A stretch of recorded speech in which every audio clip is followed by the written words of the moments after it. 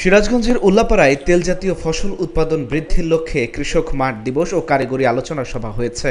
সোমবার বিকেলে পূর্ণিমাগাতি ইউনিয়নের পুঠিয়া ফসলের মাঠে এই মাঠ দিবস পালিত হয়।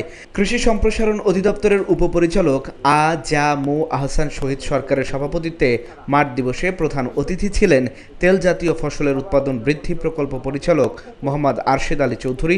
বিশেষ অতিথি ছিলেন উপপরিচালক আব্দুল্লাহ আল মামুন, মনিটরিং অফিসার আখেরুর রহমান, উপজেলা কৃষি কর্মকর্তা সুবর্ণা ইয়াসমিন সুমি।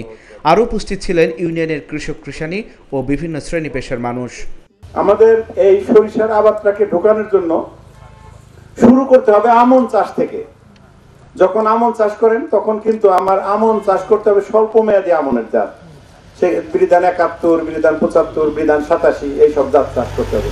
আমন ধান তো 160 দিনেও হয়, আবার আমন ধান আপনার ওই 100 দিনেও হয়, 110 দিনেও হয়।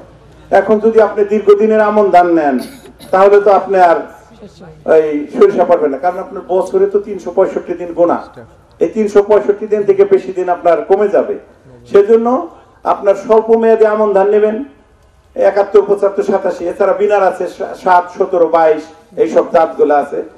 আরো নতুন কিছু কিছু জাত আছে। এইগুলো দিয়ে যদি আপনারা করেন উচ্চ ফলনশীল হতে হবে, কারণ ধানের আবাদ হ্যাম্পার করা যাবে না। তারপরে আপনি করবেন স্বল্প জীবনকালের সরিষা, যেমন বাড়ি সরিষা 14, 15, 17, বিনা সরিষা 4, 9, বিনা সরিষা 11 এই জাতগুলো করতে পারেন। কিন্তু বাড়ি সরিষা যদি 18 করেন তাহলে কিন্তু আপনি আবার বড় ধান ধরতে পারবেন না, কারণ ওটার জীবনকাল আবার বেশি।